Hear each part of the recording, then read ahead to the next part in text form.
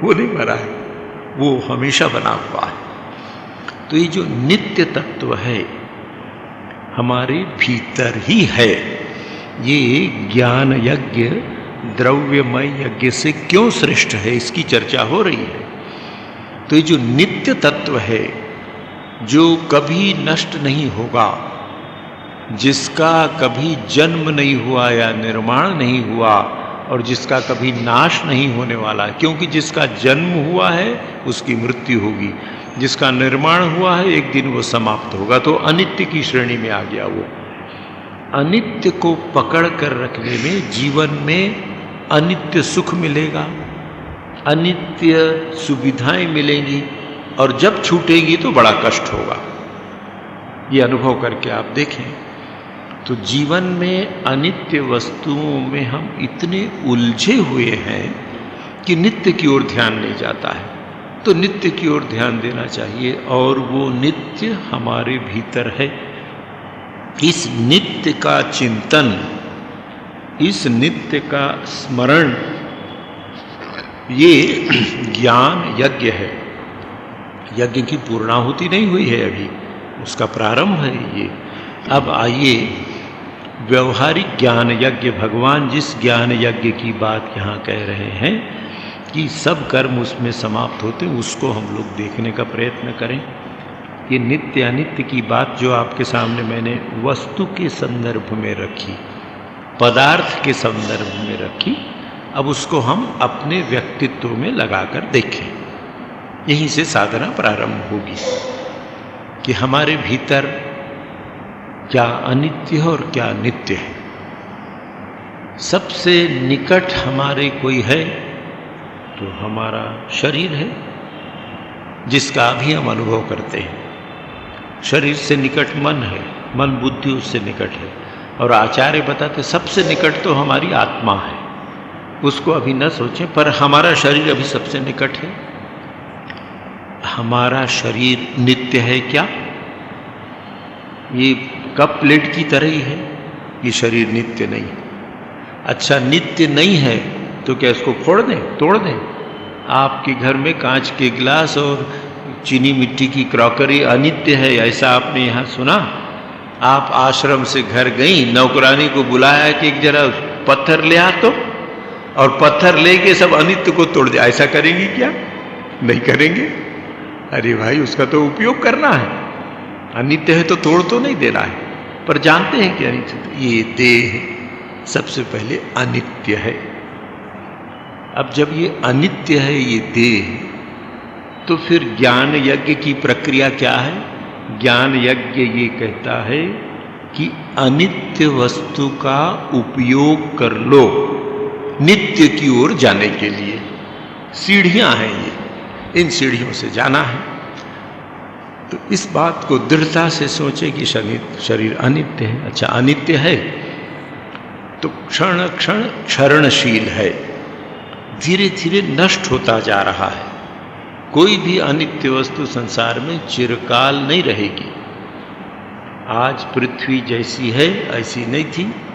कुछ दिन पहले एक विज्ञान की पत्रिका में मैंने पढ़ा कि कोई 75-80 करोड़ साल पहले एक ऐसी परिस्थिति आई, पृथ्वी में इतनी गर्मी हो गई कि सब समुद्र आदि सूख गए। 10,000 साल तक गर्मी रही, समुद्र सूख गए, सब गर्म हो गया। फिर परिस्थितियां बदली और आज की हमारी परिस्थिति।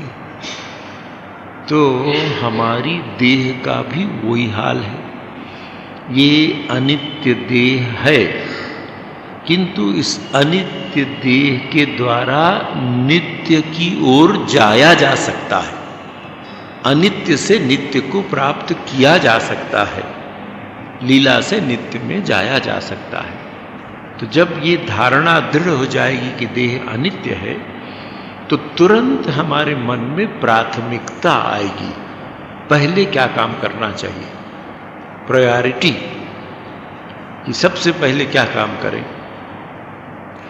आप रेलगाड़ी में यात्रा करते हैं, और रेलगाड़ी में यात्रा कर रहे हैं, उस रेलगाड़ी में खाने का डब्बा नहीं है, पेंट्री नहीं है।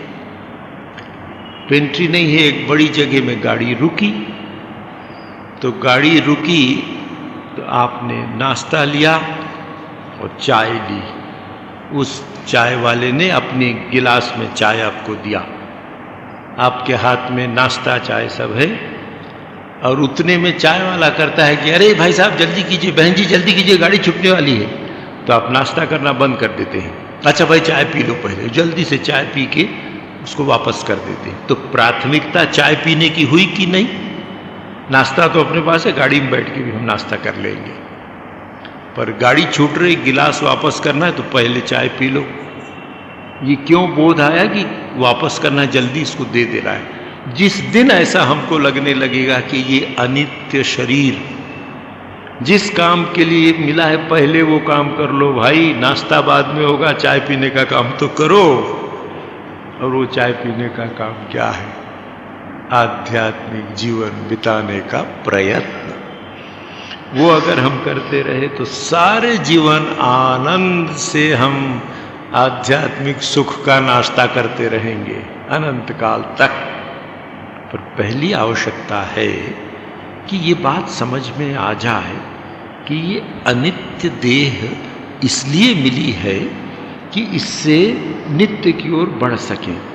जो ही मन में ये धारणा, फिर निवेदन करूं, डीप कन्विक्शन होगा, तब हम तुरंत अनित्य वस्तुओं के पीछे भागना बंद कर देंगे। अभी हम इस देह को नित्य समझते हैं, इसलिए 5 स्टार होटल भी नित्य लगता है। तो योजना बनती थी कब रविवार आए और हम 5 स्टार होटल में जाएं। ये कभी मन में बात नहीं आती है कि 5 स्टार अनित्य है, इसलिए कि देह अनित्य नहीं लगती है।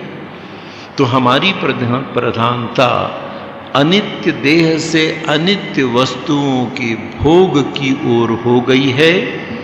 और जब ये अनित्य के समाप्ति का अवसर आता है तो हाय भगवान ये क्या हो गया। भगवान भी कहता है हाँ बेटा ये क्या हो गया, हाँ बेटी ये क्या हो गया।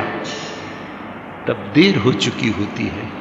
इसलिए इस अनित्य बोध से जीवन की प्राथमिकताएं बदलती हैं। हमें जीवन की प्राथमिकताएं बदलनी होंगी। ज्ञान यज्ञ की शुरुआत इसीलिए है कि ये देह इसलिए मिली है कि इस देह के समाप्त होने के पूर्व हम देही को, जो इसके भीतर नित्य है, उस नित्य को जानने का प्रयत्न तो करें। और वो प्रयत्न जीवन में बहुत उपयोगी है। जितना हमने इस जीवन में कर लिया, मुक्ति नहीं हुई तो अगले बार अवसर मिलेगा, वहाँ से पढ़ना शुरू करेंगे। रायपुर में मैट्रिक पास कर लिया, रायपुर में 12वीं पास कर लिया, तो बनारस हिंदू यूनिवर्सिटी में पढ़ने जाएंगे तो वहाँ भी काम आएगा। अच्छा तुम 12वीं पास कर लिए हो तो अगले कॉलेज में भर्ती हो जाओ। वो नहीं कहेगा कि फिर पहली से तुम पढ़ो, ये तो सर्टिफिकेट हम 12वीं पास हैं। ठीक उसी प्रकार इस अनित्य देह से नित्य को पाने का प्रयत्न इस जीवन में किए, नित्य का अनुभव नहीं हो सका, कोई बात नहीं, मृत्यु हो गई तो अगली बार 12वीं पास कर चुके हैं। शुरू से अवसर मिलेगा, ऐसे सुअवसर मिलेंगे कि जब हम ये काम कर सकेंगे और हम आगे बढ़ने लगेंगे। तो नित्य और अनित्य, इसका बोध, इसकी धारणा को दृढ़ करना चाहिए मन में। अब ज्ञान यज्ञ, ये ज्ञान यज्ञ क्या है? हमने यज्ञों की चर्चा में देखा था कि जीवन में परम निस्वार्थ होना यज्ञ है। कोई भी कर्म जब हम निस्वार्थ होकर करते हैं और उस परम की प्राप्ति के लिए करते हैं तो वो कर्म यज्ञ हो जाता है। अब ज्ञान यज्ञ में हमको द्रव्यमय यज्ञ की ओर ध्यान नहीं देना। द्रव्यमयात यज्ञात ज्ञान यज्ञ श्रेयान। द्रव्य यज्ञ से या द्रव्य यज्ञ की तुलना में ज्ञान यज्ञ श्रेष्ठ है। अब आइए इसमें साधना प्रारंभ करें। आज तक जीवन में द्रव्यमय यज्ञ किया, बहुत अच्छी बात है, कोई दोष नहीं है। हम गृहस्थ हैं, गृहस्थ धर्मों का सब हमने पालन किया है, बहुत अच्छी बात है। पर अब समय आ गया कि अब उस ओर अधिक ध्यान न दें।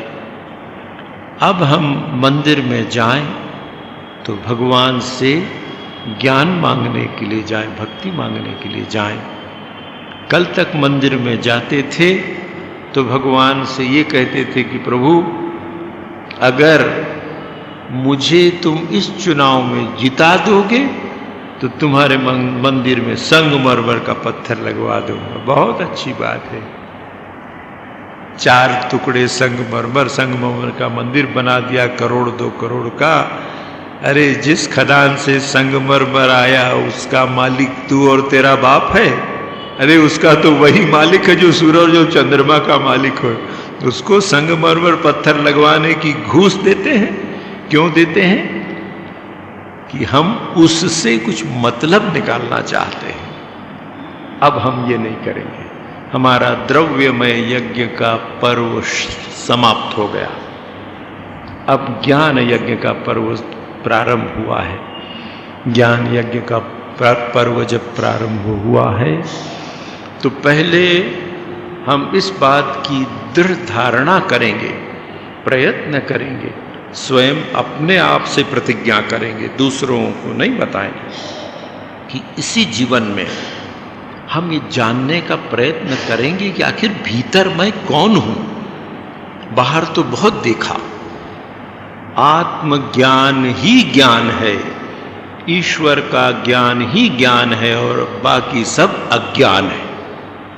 भगवान रामकृष्ण देव की बात है, उनकी वाणी है, सभी शास्त्रों की वाणी है, सभी देश के महापुरुषों की वाणी है।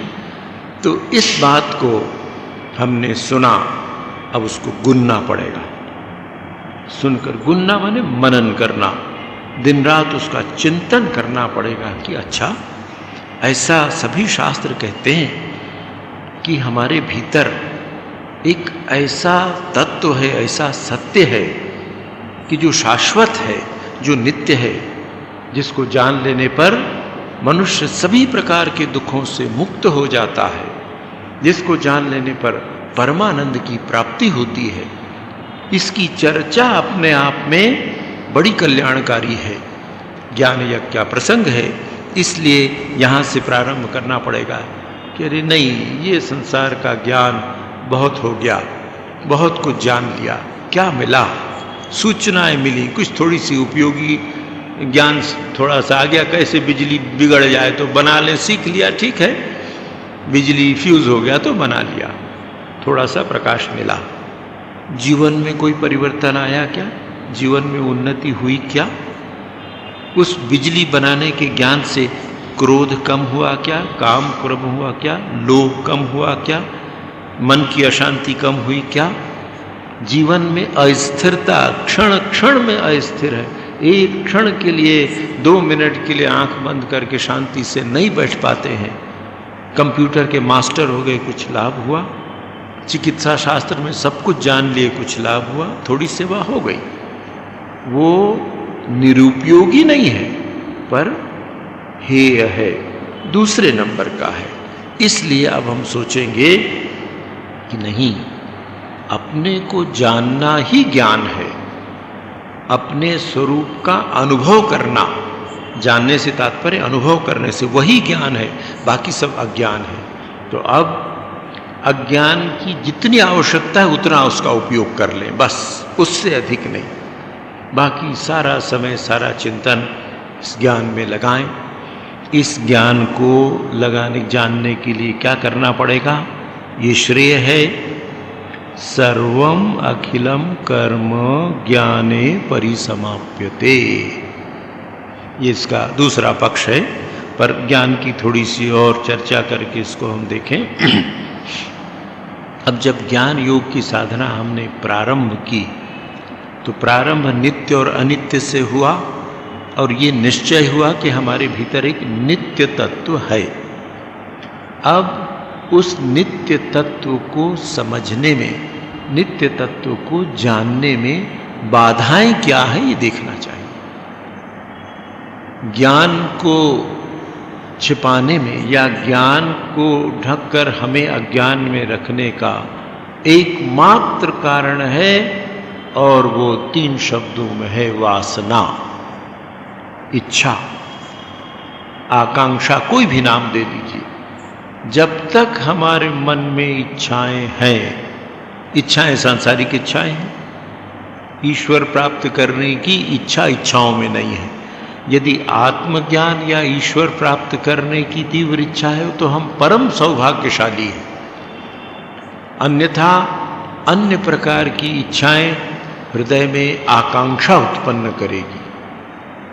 आकांक्षा जब उत्पन्न होगी तो आकांक्षा हमको कर्म के लिए प्रेरित करेगी कि ऐसा कर लेना चाहिए।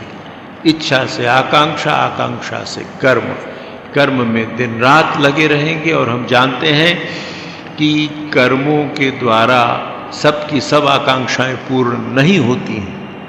जीवन में हमने सैकड़ों कर्म किए, सैकड़ों योजनाएं बनाई, वो सब आकांक्षाएं पूर्ण हुई क्या? नहीं हो सकती हैं। तो ये अज्ञान का पर्दा हमें कभी ये सोचने ही नहीं देता कि हमारे भीतर कोई एक नित्य वस्तु है। एक शब्द में यदि कहना हो तो संसार माने वासना, वासना से भिन्न और कहीं कोई संसार नहीं। बाहर का संसार हमें बिल्कुल नहीं बांधता है, बांधता है भीतर का संसार। और भीतर का संसार बांधता है तो मैं और मोर तोर तय माया। अपनी इस अहम बुद्धि के कारण जो तीव्र अहंकार बैठा हुआ है, ये अहंकार हमको देखने नहीं देता, समझने नहीं देता है। अहंकार का आश्रय लेकर ही जीवन में विभिन्न वासनाएं पल्लवित होती हैं, पुष्पित होती हैं। अहंकार उनको प्रतिदिन बढ़ाता जाता है। तो अब अपनी परीक्षा करके देखनी पड़ेगी कि आज तक जिन जिन वासनाओं की पूर्ति मैंने की, उससे तृप्ति हुई क्या, संतोष मिला क्या, सारी आकांक्षाएं नष्ट हो गई क्या, निश्चिंत हो गए क्या? तो देखेंगे निश्चिंत नहीं हो पाए। कहीं न कहीं और एक दूसरी वासना उसने जगा दी है, दूसरा विकल्प दिखा दिया है और मन को अशांत कर दिया है। अशांतस्य कुतः सुखम, जो अशांत है उसको सुख हो नहीं सकता। सारी योजनाएं ताश के महल की तरह ढह जाती हैं।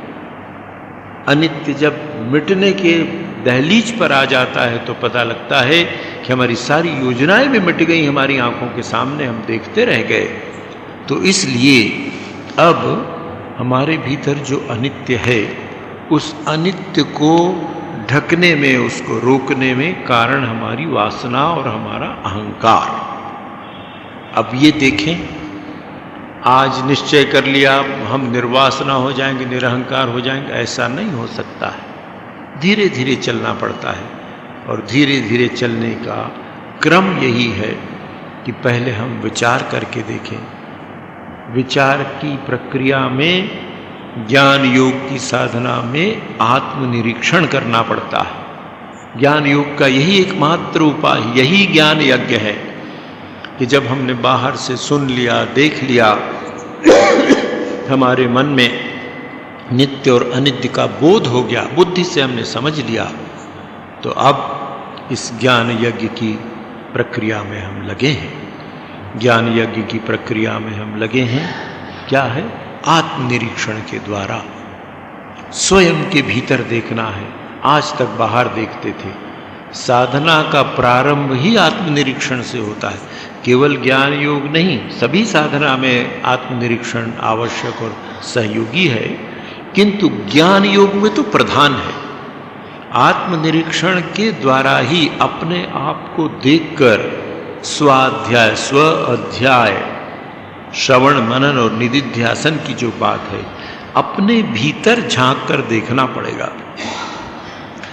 आत्मा प्रकाशमय है, आनंदमय। मैं आंख बंद करके बैठता हूं तो मुझे अहंकार, अंधकार दिखता है, मुझे दुख ही दिखता है, कोई बात नहीं। आज मेरे भीतर अंधकार और दुख है इसलिए कि मैंने कभी भीतर देखा नहीं था। भगवान श्री रामकृष्ण देव को उदाहरण देते हैं, बहुत अच्छा। एक कोई गुफा है, 1000 वर्षों से अंधकार में डूबी हुई है। वहां दिया सलाई की एक तीली अगर घिसे जल जाए तो तत्काल प्रकाश हो जाता है, पर दिया सलाई की तीली तो घिसनी पड़ेगी। श्री रामकृष्ण देव आज के युग के अवतार हैं। तुरंत दूसरा उदाहरण ठाकुर देते हैं, देखो तुम्हारे हाथ में दिया सलाई तो है, अभी बरसात के दिन है, अगर दिया सलाई गीली हो भीगी हो तो 1000 बार घिसो वो नहीं जलेगी। तो हम सब लोग ऐसे ही ज्ञान योग के साधक हैं। हमको गुरु ने या मार्गदर्शक ने या सदग्रंथ ने दिया सलाई बता दी कि देखो ये घिसे और ज्योति जलेगी और सब अंधकार मिट जाएगा। हमने दिया सलाई हाथ में लेते ही उसको कामना वासना और आकांक्षा के पानी में डुबा दिया और अंधकार घर में घिस रहे हैं, एक के बाद दूसरी, दूसरी के बाद तीसरी, सारी तीलियां समाप्त हो गई। दिया सलाई में घिसने का जो बारूद रहता वो भी उधड़ गया। अरे ये सब मूर्ख है, बेवकूफ है, सबको मूर्ख बनाते हैं आचार्य लोग, कहाँ तीली जलती है। आचार्य भी हमको प्रणाम कर देंगे, हाँ भैया तुम्हारे जैसे शिष्य से भगवान ही बचाए। किसने तुमको कहा था कि तुम कामना वासना के जल में तुम्हारी काड़ी को, तीली को भिगाकर तब रगड़ना?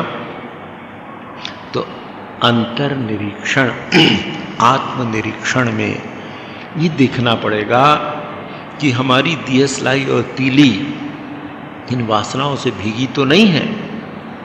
अगर भीगी हो तो दौड़ के ऐसे स्थान में जाना पड़ेगा जहां नमी न हो, थोड़ी सी गर्मी मिले, संतों का संग, सत्संग, सदग्रंथ, वो जगह है जहां नमी नहीं है, जहां थोड़ी गर्मी मिलेगी, हमारी दियासलाई सूख जाएगी और एक अवसर आएगा, एक दिन जो हमने घिसा कि दब से जल जाएगा, अज्ञान दूर हो जाएगा। तो आत्मनिरीक्षण, इंट्रोस्पेक्शन, अपने आप को देखना पड़ेगा भीतर, और भीतर देखकर स्वयं समझना पड़ेगा। कष्टपूर्ण कार्य है, बहुत दुख होगा। सपने में नहीं सोचा था कि मैं ऐसा हूं।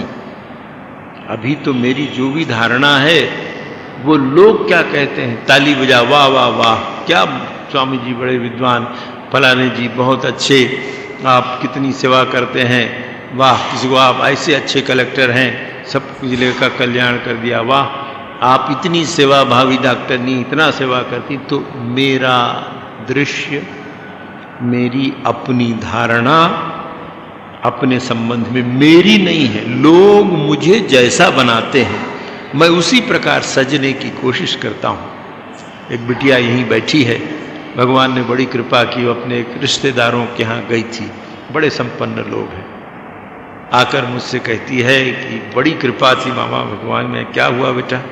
बोले आंखें खुल गई, वहाँ इतने बड़े लोग, इतने पैसे वाले लोग, भारत की एक बहुत बड़ी महानगरी में वो लोग रहते हैं। उसने कहा कि सब नाटक है, जिसको देखो नाटक है, चाय भी दे रहे हैं तो नाटक से दे रहे हैं, बैठते भी हैं तो नाटकीय ढंग से बैठते हैं, आपस के संबंध भी सब नाटक के हैं, कहीं असलियत नहीं है, क्योंकि बहुत पैसा है, तो बस उसी में लगे। जब भीतर मैं देखूंगा और मुझे लगेगा कि अरे मैं तो नाटक कर रहा हूं, तो बड़ी पीड़ा होगी, उस पीड़ा को सहना पड़ेगा, उस पीड़ा से अवश्य निकलना पड़ेगा। अब डॉक्टरनी दीदी सामने बैठी है तो मुझे डॉक्टरी उदाहरण ही याद आ रहे हैं। अब मुझे कांटा गड़ जाए, कुछ हो जाए हाथ में, बहुत दर्द हो रहा है, घाव फूल हो गया, मैं कहता हूँ दीदी कोई अब दवाई खिलाओ, तो दीदी कहती, किरण दीदी कि नहीं भैया ये दवा से नहीं होगा, अभी इसको चीरा लगाना पड़ेगा। अरे कहाँ चीरा, कोई कि वही दवा काम, चीरा नहीं लगवाओगे तो हाथ काटना पड़ेगा, थोड़ी सी तकलीफ होगी, पर चीरा लगाकर सब उसमें का मल निकाल देते हैं, उसमें जो पस है दो सारी चीजें निकाल देते हैं, सिलाई कर देते हैं, 8 दिन में ठीक हो जाओगे। आत्मनिरीक्षण चीरा लगाने की प्रक्रिया है, बहुत कष्ट होगा। अरे राम राम, ऐसे चलो भागो, नहीं करेंगे भाई, हम ऐसे हैं, सपने में नहीं सोचा था, लगने दीजिए। जो धैर्य पूर्वक अपने भीतर आमने सामने होना चाहेंगे कि मैं ऐसा हूं, लोगों की दृष्टि में संत हो सकता हूं, पर भीतर तो महाअसंत हूं, महादुष्ट हूं, सब प्रकार की दैन्य दुर्बलताएं हैं, इसका सामना करना पड़ेगा कि है। पर ये जानना पड़ेगा कि शास्त्रों ने बताया है, आचार्य ने बताया है कि अरे ये भी अनित्य है, तेरी दुष्टता भी अनित्य है, तेरी सुष्टता भी अनित्य है, किंतु उसके भीतर नित्य है, साहस से चलता जा। फिर एक दिन ऐसा आएगा, देखेगा कि सब कुछ नित्य है, अनंत है, अमर है, सच्चित आनंद है। तो इस प्रकार जीवन में आत्मनिरीक्षण के अभ्यास के द्वारा भीतर की यात्रा करनी पड़ेगी, अंदर चलना पड़ेगा। और जब अंदर जाएंगे तो रास्ता अपने आप दिखना लगेगा, और तब फिर बात समझ में बाद में आएगी कि कैसे सब कर्म इस ज्ञान में समाप्त होते हैं। इसकी चर्चा अगली बार माने काफ़ी देर बाद होगी। आप लोगों की सेवा में जुलाई से अभी तक मैं रहा हूँ। अब मुझे फिर से बाहर जाने का काम करना पड़ेगा। तो 2 रविवार, 8 तारीख के रविवार और शायद 15 तारीख का रविवार, इन 2 रविवारों में मैं आपकी सेवा में नहीं रह पाऊँगा। हमारे घनिष्ठ मित्र श्री राजेंद्र तिवारी जी रामायण पर प्रवचन करेंगे। आप सब उसके लिए सादर आमंत्रित हैं। तीसरे रविवार में, वो शायद 21 तारीख का रविवार होगा, 21 या 22 तारीख, उस रविवार में पुनः मैं आपकी सेवा में रहूँगा और तब आगे इसकी चर्चा होगी। आज यहीं समाप्त। आप लोगों से 2 सप्ताह के लिए मैं विदाई लेता हूँ, पर आश्रम का कार्यक्रम होता रहेगा। प्रवचन में आप लोग अवश्य आएँ और आकर इस सत्संग का लाभ उठाएं। आइए भगवान का स्मरण करके समाप्त कर लें।